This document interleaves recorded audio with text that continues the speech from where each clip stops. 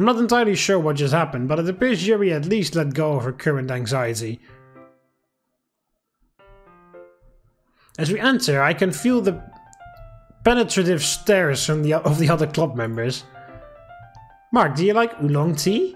Oh, I'm not really that knowledgeable when it comes to tea, so I guess whatever is fine. Well, perhaps I could teach you sometime on the art of making tea. Yeah, that'd be a nice date, huh? I guess I said too much. So, what exactly is the first step in making a hot cup of tea? I do my best to lighten the mood. Oh, well, allow me to show you. Yuri sets the temperature of the kettle to 200 degrees. 200 degrees what? Celsius? Kelvin? Fahrenheit? 200 degrees, yeah, 200 degrees Celsius, Kelvin, or Fahrenheit. That's you know, it's kind of important to specify. Now it's time to get the teapot. You really do this properly, don't you? Of course. I shouldn't do any less when I'm making tea for others. Even if I'm not an expert on tea or anything. In that case, you'll only be even more impressed. Perhaps I will. Yuri fetches the teapot and begins measuring the tea leaves. Not levels. I read levels the first time in the original game. To my surprise, she even starts humming a little to herself. You must be in a good mood now. Is that so? every time when I read it, I think of that like Pirates of the Caribbean. Oh, is that so? I was letting it show, and you noticed. I was doing a bit of thinking recently, and I decided that I would try to expressing myself a little bit more. It turns out it's not very hard for me to do. When it's with you who's around, anyway. Ah, it's getting hot again. That's great, Yuri. Just don't push yourself too much. You're always worrying about me, Mark. It's very endearing. That's... Yuri wasn't kidding. My face is probably bright red at this point. I watched Yuri pour a cup of tea for each of us. Mark, I have another request. Do you mind if we sit on the floor today? Why is that? It's a little bit easier on my back. I can read with my back against the wall. What? I can read with my back against the wall rather than bending over at my desk. Ah, sorry, I didn't realize. No worries. I just have back pain fairly regularly, so I do my best to manage it. Is that so? I wonder why that is. It's most likely because your posture, right? Always hunched over like that while reading. Yes! Yeah, I have terrible reading posture, so that's why we should sit on the floor. I'm 99% sure we're not talking about reading posture, but I think it's best if I just leave the conversation at that. I'll go get the book. I retrieved the book from my bag. Oh, I have some chocolate as well. It's a bag of small chocolate candies that I keep hidden from Sayori's candy radar. I take it, since it'll go well with the tea. Yuri and I sit against the wall, teacups at our sides. As if in sync, we assume the same reading position as last time, each holding one half of the book. Except this time, our bodies are even closer to each other. I can't see too well. Yuri slides closer until our shoulders are touching. She's like, ooh? How am I supposed to focus on reading like this? I always find Yuri cute since the moment I laid eyes on her, but when she's being less apprehensive, I feel like my heart is about to burst. Your teacup. Yuri hands me my teacup. Oh, thanks. Holding it with my hand that's not holding the book, I end up in a position that makes it even harder to focus. Because now I need to worry about making sure I don't accidentally touch her posture. Meanwhile, Yuri hasn't noticed a single thing. She wears her intense reading expression, and I can only presume the world around her has faded away. I call upon every reserve of willpower I have in order to focus on reading. After a few minutes, I finally manage to relax a little. Run, Lina! Keanu shouts at me. I run as fast as I can. Ah! I hit something solid and fall on my back. Upon impact, the back of my head collides with the earth. My head begins to throb uncontrollably. I try to see what I ran into. A guard appears before me. He gazes down at me with a sinister smile. He then motions to another into another guard and shouts something foreign. Get off me! I hear Keanu yell from several yards behind me. I try desperately to see what's going on. Ooh, it's getting interesting.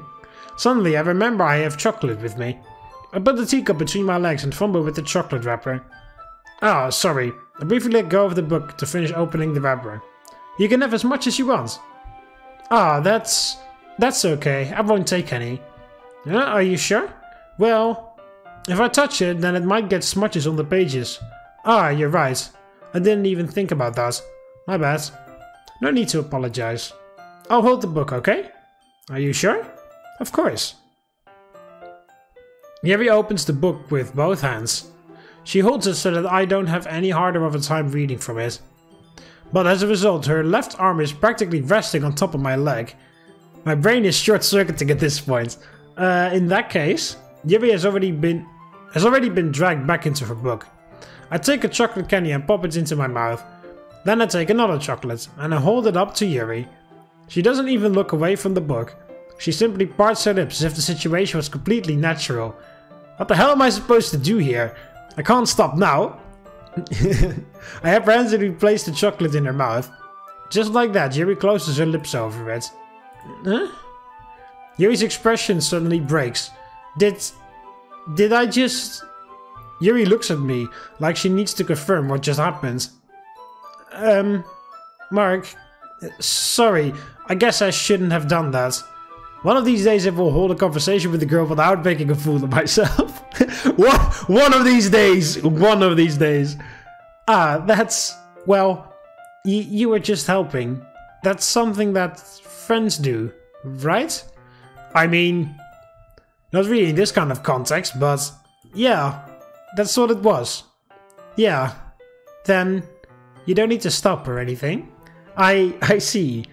At this point I can hear my own heart racing. Yuri tries to return to the book. But even I can tell, just by her expression, that even she can't focus now. I'm in too deep to stop now. I nervously take another chocolate between my fingers. I start to place it into my mouth. But this time, Yuri's eyes meet mine. Triple dot. How did it even come to this? Yuri doesn't avert her gaze. Her lavender eyes pierce through mine. I notice her chest rising and falling into the rhythm of her breaths. I have half the chocolate sticking out of my mouth. Ah. I lean my face towards Yuri. It's as if both of us are in a trance. Our faces going ever so closer. The rest of the world is gone. It's just me and Yuri and what? It's just me and Yuri in this single moment in time. But was she literally about to eat the piece of chocolate out of my mouth?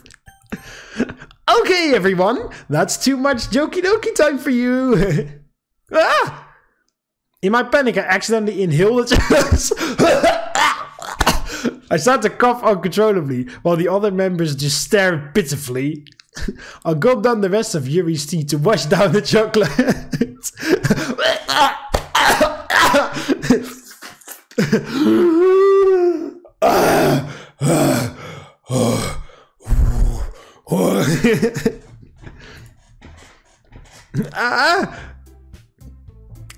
It's time to share poems. Mark, you can help Yuri put away the tea stuff, right? Yeah, of course. Okay, thanks. The spell is abruptly broken. I'll take care of the cups. Yeah. Yuri picks up the teacups from the floor.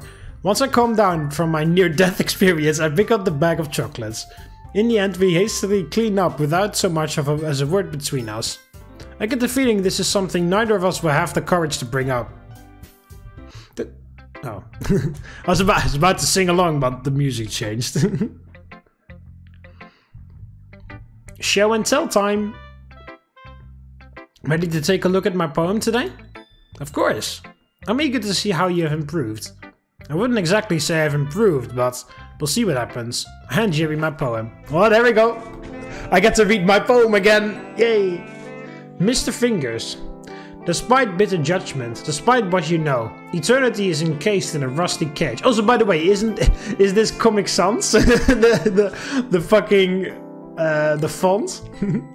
Eternity is encased in a rusty cage. No one can leave. No one can be free. The feeling of rust on the fingertips, like rusty spoons. It's almost the horror of the sound of rusty spoons on a rusty cage. Scraping, scraping, scrape. As contamination washes over the desolate landscape. Oh, nice. There's some rhyme there. The birds chirping turn to cries of men. The howling winds turn to the screams of children. The rustling leaves turns to the deafening silence. Silence is all there is in a rusty cage, except when the silence is broken by a rusty spoon. Okay. Mark. I really hope Yuri doesn't figure out I wrote this poem down in one go. I have no idea how to use symbolism or anything. I literally everything in my poem is just scribbled words put together to pretend to have meaning. I was literally about to think, oh, what is the meaning behind this poem? But then he's like, oh, I just wrote this down. I don't even know what it means. Yuri's a very perceptive reader, though. This isn't good. She's gonna find out I bullshitted my poem. This poem is phenomenal. What? If I had to guess, dissecting this poem, I can see a lot of symbolism. At first glance, it may appear as if the writer had no idea what they were doing. She hit the nail on the head right there. But diving further into it, the way you describe the rusted cage and spoon, and the use of auditory examples. Mark, correct me if I'm wrong, but this poem is describing the mind of someone with schizophrenia, right? The cage representing the mind. The rusty spoon symbolize the sporadic thoughts that pound on one's brain, and the horrid sounds show the hallucinations one hears and sees. What the fuck? Yeah, Yuri, that's exactly what I wanted to convey when writing it. And then Yuri comes out, I just made that up. I can clearly see that none of this is, that you completely bullshitted this, like, oh shit, oh, I tried. that would be even better if Yuri just, yeah, I just made that up. There's no symbolism, there's no meaning behind this one, it's just random garbage. Your poem is indescribable, but in a good way. How did you manage to pick up on these techniques so quickly? Thanks, Yuri, although I'm sure it's nothing in comparison to what you wrote. You flatter me, Mark. However, you shouldn't cut yourself short. With more practice, you will be able to display to the reader your most inner thoughts. I don't know, Yuri. The inner machinations of my mind are an enigma. Guard the milk. That's a SpongeBob reference. There it is! There it is! There it is! There it is! Milk spills. Oh, I love all the references to things. It's awesome. Triple dots. What's 5? Penta double dot or something? I don't even know. More dots. Anyways, please continue. Yes. As I was saying previously, you shouldn't be afraid to be more daring with your work. Rather than writing down your thoughts, write down what you see and hear. That sounds like a good exercise, Yuri. Maybe I'll try it out. I have an example of that. If you'd maybe want to. I'd love to read it. Yuri smiles dreamily and hands me her poem. The raccoon. Again, I've read it before, but I'll read it again because it's been a while. The raccoon. It happened in the dead of night while I was slicing bread for a guilty snack. My attention was caught by the scuttering of a raccoon outside my window. That was, I believe, the first time I noticed my strange tendencies as an unordinary human. I gave the raccoon a piece of bread, my subconscious well aware of the consequences. Well aware that a raccoon that is fed will always come back for more. The enticing beauty of my cutting knife was the symptom. The bread my hungry curiosity, the raccoon an urge. The moon increments its phase and reflects that much... What? Hang on a minute. The moon increments its phase and reflects that much more light off of my cutting knife. And reflects that much more light off of my cutting knife. Okay. The very same light that glistens in the eyes of my raccoon friend. I slice the bread, fresh and soft. The raccoon becomes excited. Or perhaps I'm merely projecting my emotions onto the newly satisfied animal. The raccoon has taken to following me. You could say that we've gotten quite used to each other. The raccoon becomes hungry. More and more I should have scrolled. The raccoon becomes hungry more and more frequently, so my bread is always handy. Every time I brandish my cutting knife, the raccoon shows its excitement. A rush of blood. Classic Pavlovian conditioning. I slice the bread, and I feed myself again. I was a little more daring with this one than yesterday's. I can see that. It's a lot more metaphorical. Maybe I'm just dense, but I don't have even the slightest clue as to what the poem is supposed to be. This poem is supposed to mean. That's right. It's a bit closer to my preferred writing style, using the poem as a canvas to express vivid imagery and conveying emotions through them. Yeah, if I take it at face value, I can't even figure out what it's supposed to mean. Well, I think it's something that different people can relate to in their own way. I wanted to express the way it feels for me to indulge in my more unusual hobbies. It's those sorts of things I'm usually forced to keep to myself, so sometimes I enjoy writing about them. Why do you keep them to yourself? Because they're embarrassing, and people would make fun of me. Do you really think that, Yuri? Yuri nods slowly. Well, I suppose I can't speak for everyone, but I want you to know that no matter how strange your hobbies may be, I would never judge you based off them. You don't really mean that? Of course I do. Everyone has their own weird hobbies. They may not want to share. Plus, it's not like you're doing anything dangerous, right? Wow. Wow. just wow. Right? I mean, I know I have a lot of guilty pleasures I'm embarrassed about. I feel like everyone has a little something like that. The best we can do is respect each other and our individualities, even if it's difficult sometimes, and some things make us uncomfortable. After all, I hadn't learned to embrace my own If I hadn't learned to embrace my own weirdness, I would probably hate myself. I might be ranting a little bit now, but I'm glad that you're a good listener. You're good at a lot of things. Writing, listening. There really aren't many people like you, Mark. That's exaggerating a little bit. It's just how I feel. I never thought I would feel so comfortable sharing my writing, but now I almost feel like I look forward to it. It's just a really nice feeling. And you're to thank for that. I tried to hide the fact that I'm starting to blush.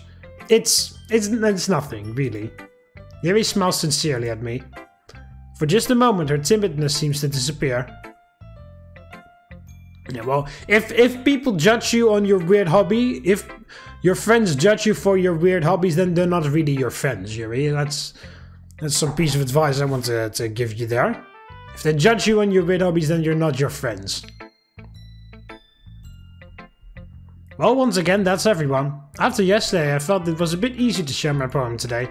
After all, anything would be a big improvement from the poem I wrote for yesterday. On the other side of the room, Sayori is talking to Natsuki. Wait, so he didn't kill him because... What? Wait, so he didn't kill him because their mothers are both named Martha? Yep. Is that the Batman vs Superman movie? Yeah, their mothers are both named Martha. Martha! That's lazy writing, don't you think? Yeah, that's that Batman vs Superman movie. As I pan my eyes down the room, they stop on Yuri and Monica, who are sharing their poems. It looks like Yuri is trying to apologize. Yuri, let me tell you something. Monica leans into Yuri's ear. Triple dot. Do you understand? Yes. Yuri nods timidly. What was that about? I begin to walk over, but Monica grabs everyone's attention. Okay, everyone. I believe that concludes the poem sharing for today. Monica, I have to go early to catch up on homework. Is that okay? Sure, Sayori. See you later. Bye! Sayori waves goodbye and skips off. I have to go too. My dad is making dinner and I have to be there on time. Natsuki leaves without saying anything else. Monica goes behind the teacher's desk to do club president stuff, I suppose. I guess that just leaves Yuri and me. I walk up to her. Hey, Yuri. Oh, is everything alright? Is there something you want to tell me? I've got to do... I've got to do something! Yuri rushes out of the room, clinging to her backpack. Well, that was odd. I turn around to stare at Monica. Hey, Monica? She looks up from her stacks of paper. Is there something you need, Mark? Do you know what's going on with Yuri? She's a strange one, isn't she? Not that there's anything wrong with that, mind you. Yeah, but she seemed to be acting stranger than normal. Well, maybe you should just ignore her. Ignore her? Yuri isn't used to being around new people. So I just shouldn't talk to her? No. It's okay to make some light small talk, but just don't get too attached. Yuri has a way of being a bit obsessive when it comes to these things. Now I'm really lost. I have no idea what she's talking about. I don't think I'm following. Look, Mark, just don't get too close to Yuri, alright? I mean, you can always spend time with me. I begin to blush. Did Monica, the class star, just ask me to spend time with her? I shake the thought out of my head. There's no way someone as good looking as Monica is interested in me. Or Yuri, or Sayori. Maybe Natsuki. Because I don't like Natsuki. I don't know. I feel Yuri and I have been getting along rather well. Shit, that's not what I want to hear, thinks Monica. Monica? You don't really know Yuri though, do you? I mean, sure, she's mysterious, but I think I'm learning more and more about her each day. Also, earlier Monica whispered something in Yuri's ear that seemed to really bother her. What did you tell Yuri earlier? What do you mean? I saw you whisper something to Yuri and... Oh, don't worry about that. It was just some girl stuff. There's something here that she's not telling me, but I'd be dreaming if I thought that I'd be able to get information out of Monica. Is there anything else you need, Mark? I guess not. Awesome. Well, if you don't mind, I have some club president stuff I have to... You literally just say that. I have some club president stuff I have to do. I guess this is how Monica not so subtly asks me to leave. Alright. Bye, Monica. Ugh. Girl stuff. Yuri seemed really bothered by whatever Monica told her. It must have been really unnerving. Okay, so yeah, Monica is still very much trying to have her way. And now, because she tried it with Sayori first, but now that this mod is only about Yuri, she's doing it to Yuri. It must have been really unnerving. Yuri completely ignored me and rushed out of the room. Perhaps I'm overthinking this. And what was that Monica was saying about Yuri being obsessive over these things? What does she even mean by these things? And what does she mean by obsessive? I feel Yuri and I have gotten fairly close and I'm starting to actually understand her. Or perhaps she's only showing me what she wants to see me. This is getting me nowhere. I can't focus on anything else except Yuri. I need to clear my mind. Perhaps writing a poem will help.